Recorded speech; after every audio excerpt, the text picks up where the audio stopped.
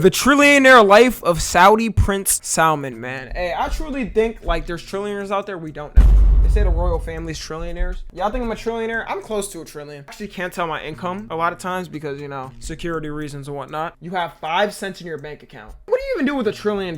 Like, people get mad at billionaires. At that point, I'm just sending it all to charity. Let's go ahead and see this. Ever wondered what it's like to have more money than you could ever spend? You could buy a yacht just because you like it, and also spend hundreds of millions on. I actually see, like, no purpose to a yacht. Am I just, like, tweaking or something? Like, would y'all want a yacht if you were, like, let's say you're a billionaire. I actually might just get it just because I can, but I really, like, I don't give a about a yacht. I don't even know why people care so much about yachts. Maybe it's because I don't with the ocean. Just don't like boats. It on that yacht. Well, this isn't a fantasy for Crown Prince Mohammed bin Salman, who has a bank account that breathes trillions. Prince Salman's life is anything but ordinary. While most of us, bro, like, people think, oh, Elon Musk is the richest, Mark Zuckerberg, bro. There's people that you don't even know. The richest people in the world are not going to tell you about rent. He is deciding which of his mansions to sleep in. Get ready to be amazed by as we explore Prince Salman's world, where luxury has no limits and neither does his bank account. Extravagant lifestyle. Prince Salman of Saudi Arabia lives a life of immense wealth and luxury, showcasing the extravagance of the Saudi royal family. The Crown Prince Mohammed bin Salman. Are the Saudi Arabians the richest people on earth? Oil. When the whole world needs something and you have to get it, that's how you become rich, bro. Salman is famous for his love of luxury. And by love, we mean a passion so intense it makes the Taj Mahal we have look oil? modest. He didn't just live in a palace, a place that made Versailles look like a playhouse. In 2014, Crown Prince decided that living on land was too ordinary. He needed a yacht, but not just any yacht. A floating palace named Pegasus. This wasn't just a yacht, it was a kingdom on water. The f is that little balloon on the top? Man, I'd be damned if I'm spending millions of dollars. I got a little balloon at the top of my yacht. What the hell, bro? Water. The interior was like a golden. Okay, I literally thought this was a hotel room. What the f? Dream, with every chair resembling a throne and tables that seemed to shine brighter than the sun. Picture carpets so thick you could lose a shoe in them, and chandeliers that made Swarovski crystals look dull. Each stateroom was a luxurious retreat with bathrooms bigger than most city apartments and beds that could lull you to sleep. Ridiculous. The amenities in this yacht are legendary. A spa with 24-karat gold-infused oil. What the f is gold oil? I just got shit on it every fucking way. The most oil I got is canola oil. How do they make this? A gym more advanced than an Olympic training center, a cinema, and dining areas fit for a king or a small army. The cost? A cool $200 million. Pocket change for the... That's a lot more than I thought. For this size? I would think it would be like 50 mil. Crown Prince. Maintaining Pegasus was a big job too. Oh, it has a helicopter pad on it too. Requiring millions each year to keep everything polished and running smoothly. In 2015, not satisfied with just one luxury yacht, Crown Prince Mohammed bin Salman bought another. Serene. Originally owned by vodka tycoon Yuri Shefler, Serene... I guarantee he hasn't even gone into every room either. He walked in for a second and he was like, okay, that's enough for me. Go ahead and wrap this up, guys. Hey guys, Tom NFG here. You know, only half of you guys are subscribed and even less of you guys have noties on. I hate to be a burden, but you know, I really appreciate it if you hit that sub button and the little bell next to it. You know, it doesn't take long. I know you can get mixed up in the algorithm and everything. But yeah, also tune into the streams. You know, we have a lot of fun over there. I'm telling you, we have a lot of parties going on over there. Yeah, that's it. Bye. Damn. Let's go ahead and get another one. I'm bored of this one already. This type of money bro got. Pegasus looked like a rowboat. This massive yacht, measuring 134 meters long, was more luxurious than the entire French Riviera. Hosting up to 24 guests in staterooms that made Buckingham Palace look basic, Serene was a world of its own. The amenities included a spa that left guests looking younger, a gym, a movie theater with a screen visible. A gym in the boat? How long are you traveling? From space, an onboard helicopter, and even a submarine for underwater adventures. Oh, that's just like GTA, bro. A 5-star resort with swimming pools large enough for regattas, a jacuzzi with bubbles that spelt out compliments, and dining areas with breathtaking views. The price for Serene, a staggering $550 million.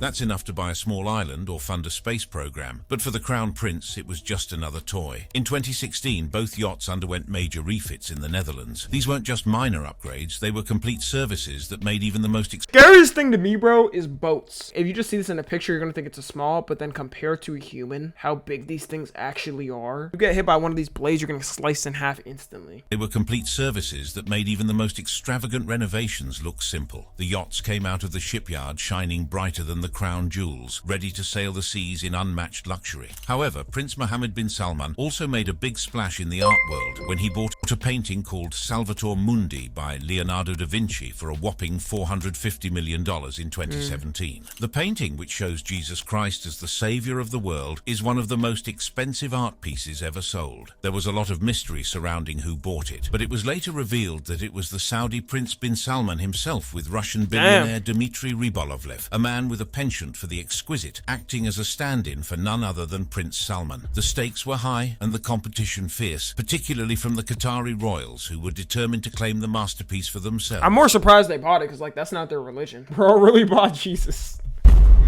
There's a lot of talk about whether the painting is a Da Vinci and where it is now. Some people think it's on the prince's luxury yacht, where it can be enjoyed in private. This just adds to the prince's reputation for living a life of luxury and collecting the rarest and most valuable things in the world. As if that was not enough, in a move that left everyone surprised, Saudi Prince Mohammed bin Salman bought the Chateau Louis. Okay, this shit looks crazy. What the f? Bro, so this is the garden and they got the blue water. I only see these in the goddamn movies, like castles with drawbridges and they have the water covering it and whatnot. God the damn. 14th for a whopping $320 million, making it one of the most jaw-dropping real estate Tommy's purchases house, ever. This Holy luxurious shit! estate, located in Louveciennes, France, looks like something straight out of the 17th century, but is packed with all the latest tech. The Chateau Louis XIV covers more than 50,000 acres and reflects the prince's love for luxury and extravagance. It's just a short distance from the historic Palace of Versailles and was designed to mimic the grand style of the Sun King's era, but with modern perks that only a trillionaire could afford. The 54-0... I'm gonna be honest, y'all, I wouldn't even want to live in like a house that looks like this. I don't know if that's crazy. Like, these type of houses, is that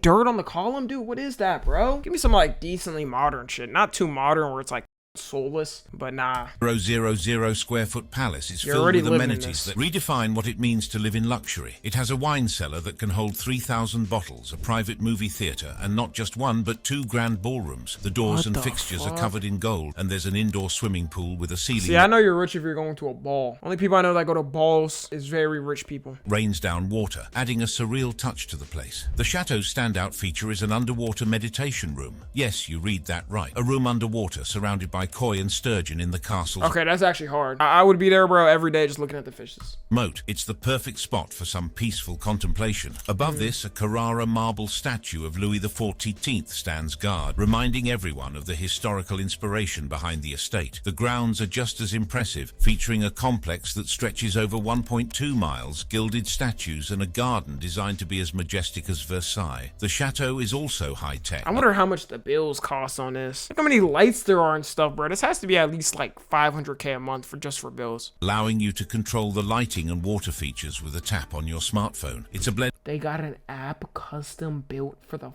mansion of old world charm and modern convenience with a splash of opulence and a hint of humor, because who doesn't need a gold covered door or an underwater room? Prince Mohammed bin Salman's passion for art and his role as a prominent art collector are not well documented. However, his acquisition of the Chateau Louis XV, a modern emulation of 17th century grandeur, suggests that he may have an appreciation for art and architecture. Beyond the Chateau Louis XIV, Prince Salman owns several grand homes that epitomize royal living. Each palace is like its own kingdom, offering a haven where... See, now why would you need more than one mansion? That monthly Twitch paycheck more than the whole Saudi royal family. I would never need to buy more than like... Okay, I would buy multiple homes, but like, what am I doing buying multiple? Mansions is crazy.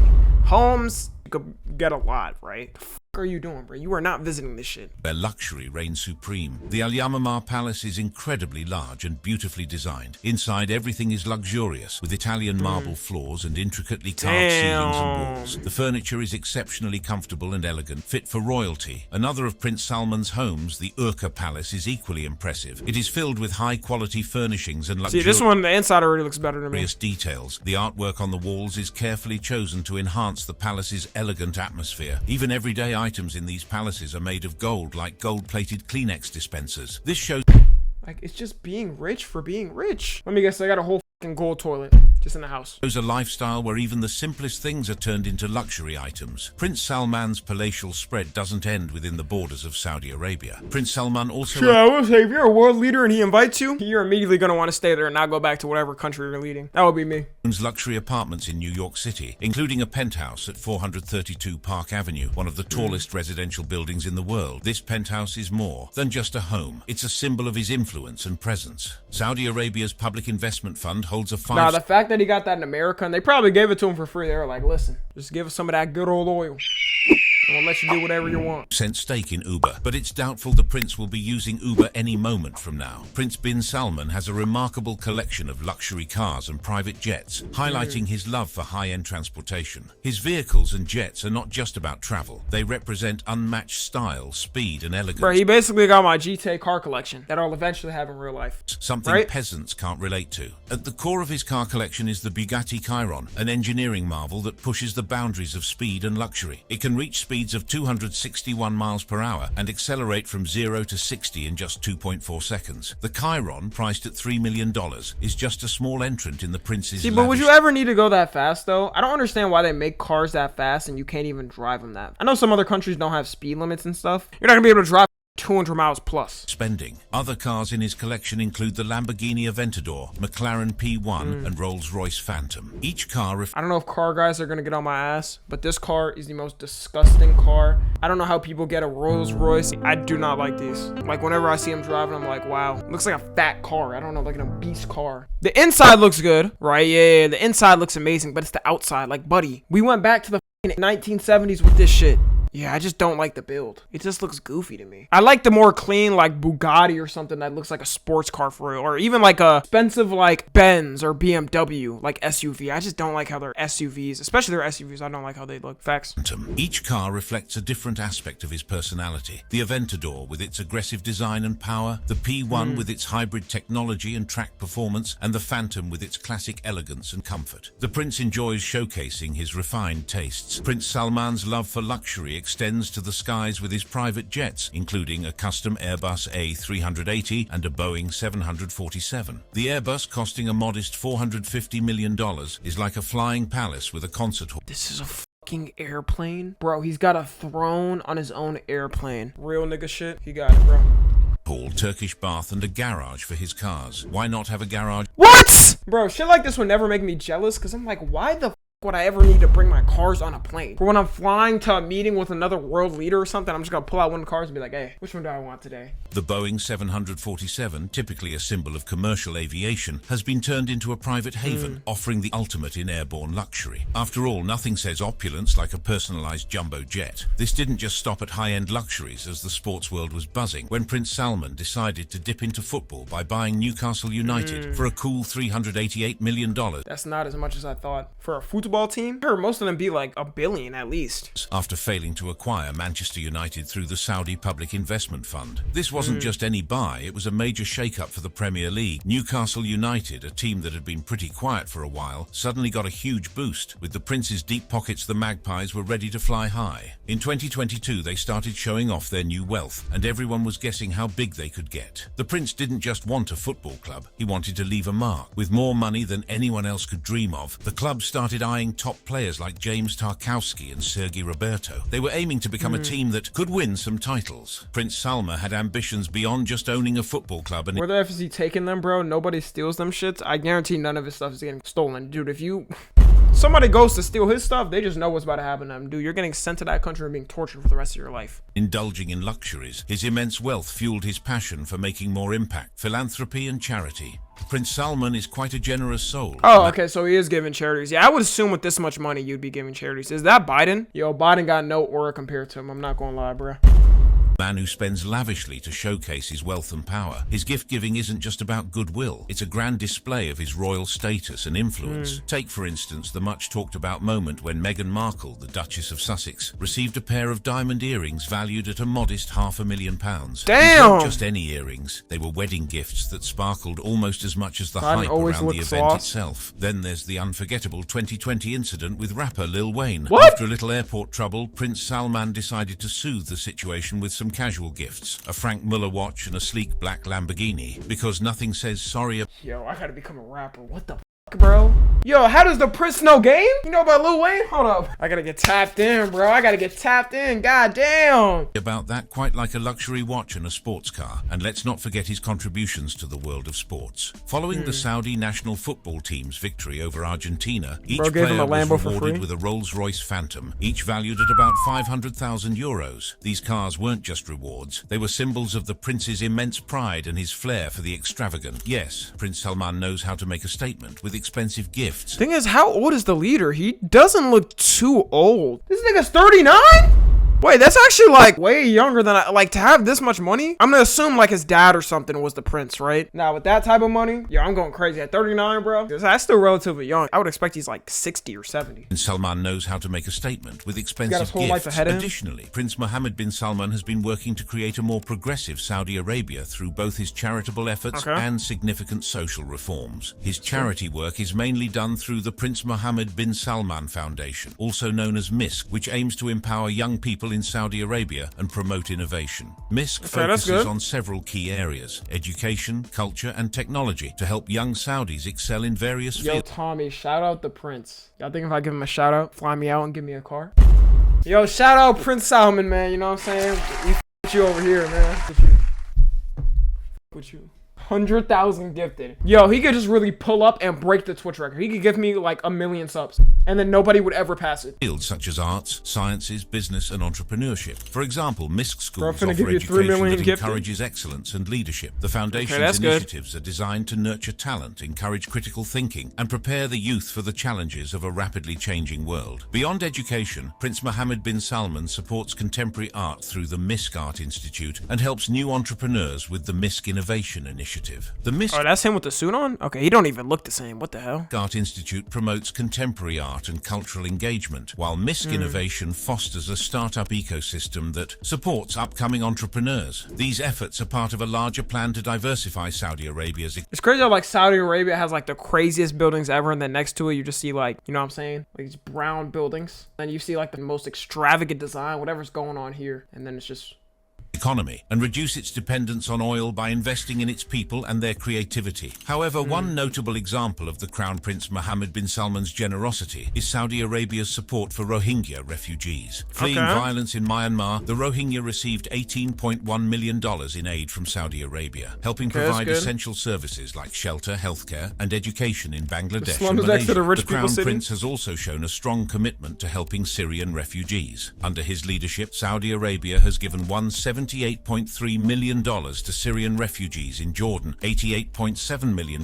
in Turkey, and $95.7 million in Lebanon. This money supports humanitarian projects that meet refugees' immediate needs and help their host communities. In Yemen, the Crown Prince has overseen extensive aid efforts since the conflict began in 2015. Saudi Arabia has contributed $11.18 billion in humanitarian aid, development support, and relief efforts to help the Yemeni people. The Crown Prince's philanthropy extends to Palestine as well. Since 2000, Saudi Arabia has donated over $5.5 billion. Damn! Oh yeah, with him. I don't know if he's done anything bad, but after this video, with him. Development, humanitarian and charitable aid, showing its strong support for the Palestinian cause. In Africa, the Crown Prince has directed aid to countries struggling with poverty and instability. For instance, Somalia has received $177.3 million in assistance from Saudi Arabia. One of the Prince's most significant acts of kindness was donating SR 100 million to different charities across the country. This substantial sum was carefully distributed to ensure it reached the most needy and vulnerable segments of society, offering both financial support and hope. Another example of his compassion is the SR 13 million he used to pay off the debts of more than 150 insolvent prisoners. This act freed these individuals from debt, giving them a second chance at life and allowing them to reunite with their families and rejoin society. Well, it is clear that the Saudi royal family has a long history of giving to charity, and this tradition continues with their support for the what did he just give him there? Family has a long history. This dude's sick. Imagine he's like, thanks for the gift, but I have cancer. I'm gonna die in 2 days. This isn't gonna help me with my treatment. history of giving to charity, and this tradition continues with their support for the Ihsan charity platform. Ihsan is a digital system that has changed how donations are made and distributed in Saudi Arabia. Supported by King Salman and Crown Prince Mohammed bin Salman, Ihsan shows the royal family's dedication to helping others. King Salman donated $8 million to Ihsan, while Crown Prince Mohammed bin Salman gave $5.3 million. These large contributions have been crucial for Ihsan's success. So far, Ihsan has helped over 4 million people with more than $391 million in aid. The platform focuses on transparency and efficiency, making sure donations go to those in need, such as orphans, the sick, the elderly, and people living in poor conditions. Ihsan is more than just a charity tool. It supports the broader goals of Vision 2030. This vision aims to create a vibrant society and a thriving economy by promoting a culture of giving and social... Wait, where is it in the economy-wise? It's not even top 10? Damn. I thought it would be at least top 10 or something. 19. Jeesh.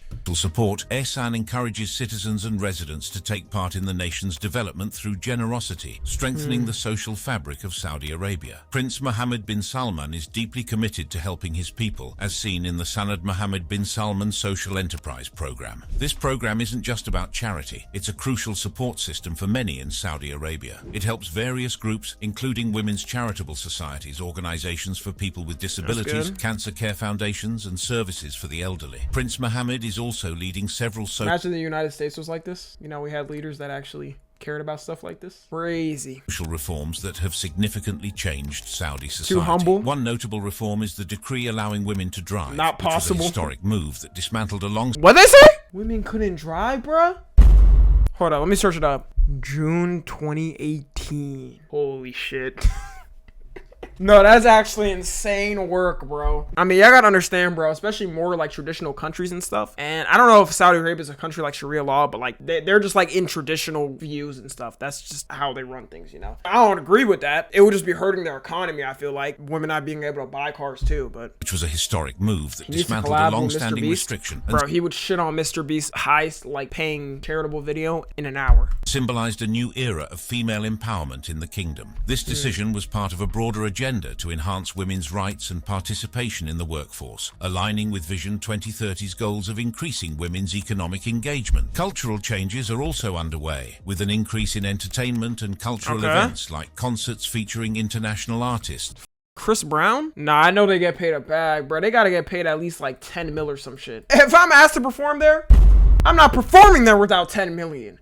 And the reopening of public cinemas after a decades-long ban. These events are not... They banned cinema too? Yo, who was leading the country before? Banning everything fun. They represent a strategic effort to cultivate a vibrant cultural scene and lay the groundwork for a thriving tourism industry. And all these are possible because of Prince Salman's efforts. In addition, the creation of the General Entertainment Authority, guided by Prince Mohammed... That might be the best thing that happened for the country. I'm still thinking, what the hell? You're banning movies? Has been crucial in promoting this entertainment and improving the quality of life for Saudi citizens. The authority's mandate to promote entertainment aligns with the Crown Prince's desire to enhance the quality of life for Saudi citizens and to position the kingdom as a destination for leisure and creativity. These social reforms not only improve the lives of Saudis, but also reshape the country's international image. By advocating for a more open and dynamic society, Prince Mohammed shows the world that Saudi Arabia is embracing change and modernity. The Crown Prince's reforms have also extended to the realm of sports, with Saudi Arabia hosting major international events such as the Formula One Grand Prix and the Dakar Rally. These events have not only put I know the owners of that get paid good to host it there. What? Kingdom on the global sporting map, but have also encouraged a more active lifestyle among Saudis overall. Prince Mohammed bin Salman's philanthropic efforts and social reforms reflect his commitment to the well-being and aspirations of his people, driving a transformation that is redefining Saudi Arabia in the 21st century. Prince Mohammed bin Salman undoubtedly has a lot of power and influence when it comes to money and finance. He's making smart investments and business deals that are helping Saudi Arabia's economy grow stronger. You know, it'd be a real smart investment for him. Buying out Tommy NFG's Twitch and YouTube channels.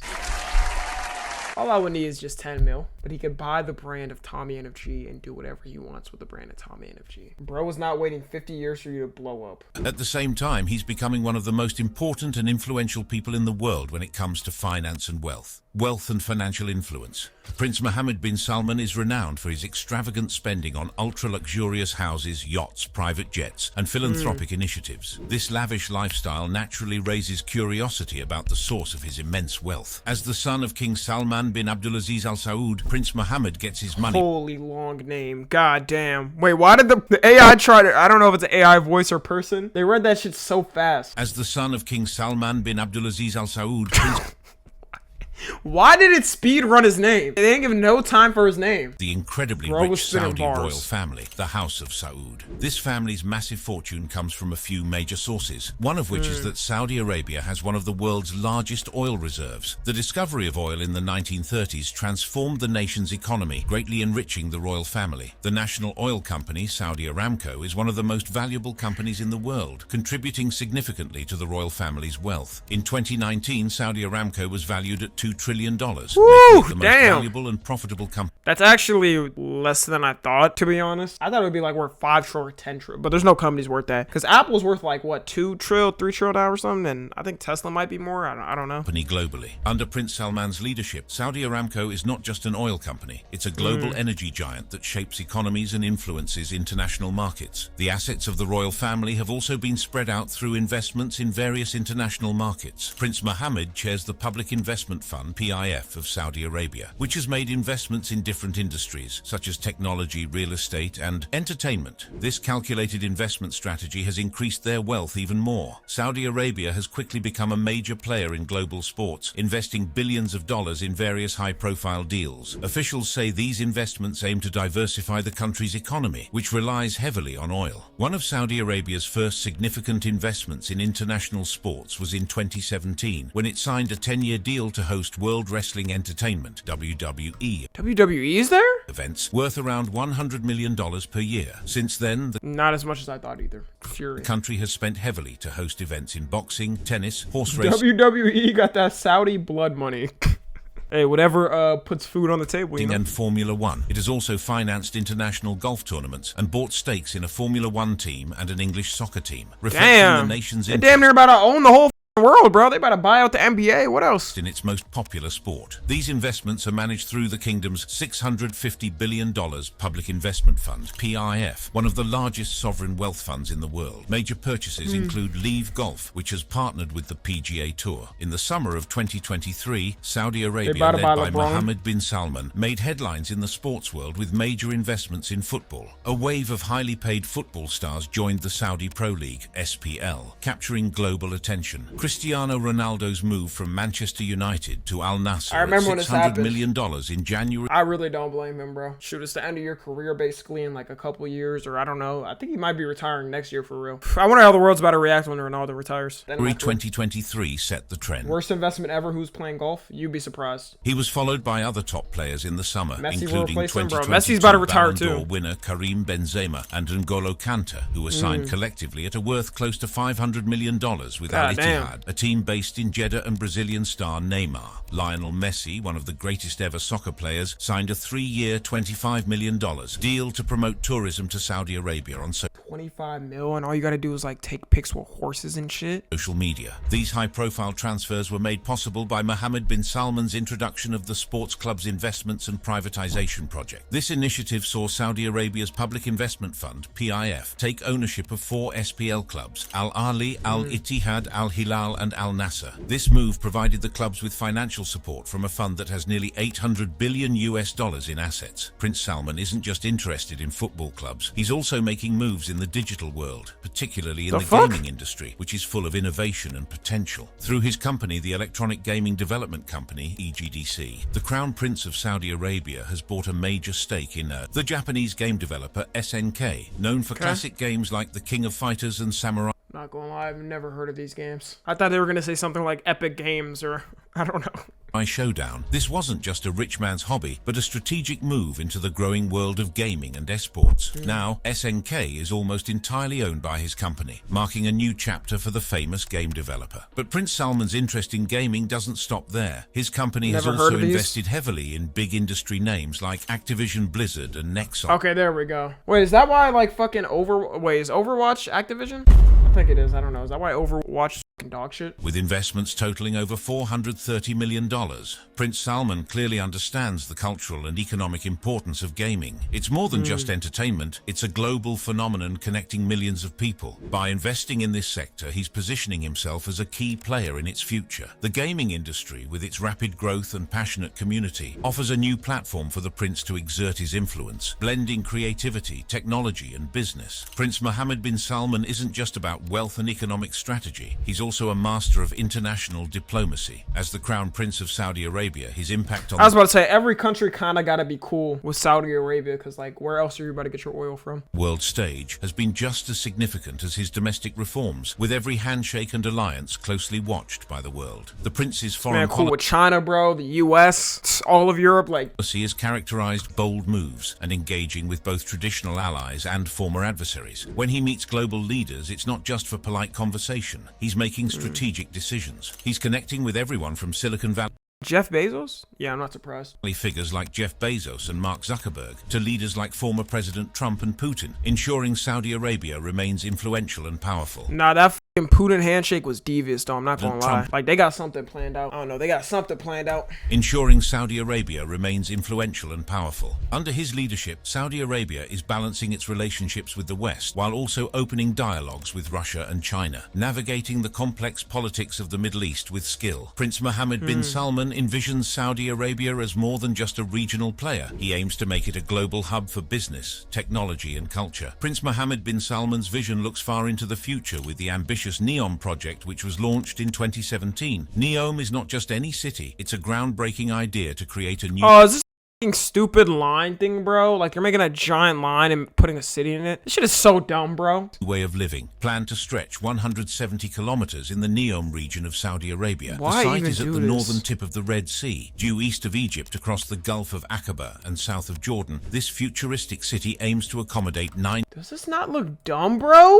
Why not just build a city like around here? Why is it just a straight line? million people in its skyscrapers, which will rise 500 meters high. The project is estimated to cost a whopping $1 trillion, making it an unmatched endeavor and something that's never been seen before. However, Neom, or the line, is meant to be more Sure, it would be interesting to visit, I won't lie, but— a city. It will be a hub of innovation where technology, sustainability, and human-focused design come together. It envisions a world powered by renewable energy, with Just make a normal autonomous city? vehicles and advanced infrastructure, making traditional cities seem outdated. It aims to gather the brightest minds to tackle future challenges. While Prince Salman's wealth is impressive, his role as a transformative leader in Saudi Arabia offers a deeper understanding of him. As the creator of Vision 2030, he is more than a wealthy prince. He is a visionary aiming to reshape his country's future. This is all we have for you in this video. If you enjoyed watching— Shoot, I would not mess with that dude, bro. That's all I know. Hey, well, yeah, if you're watching on the tube, make sure to join the Discord or watch streams. Subscribe to Tommy NFG.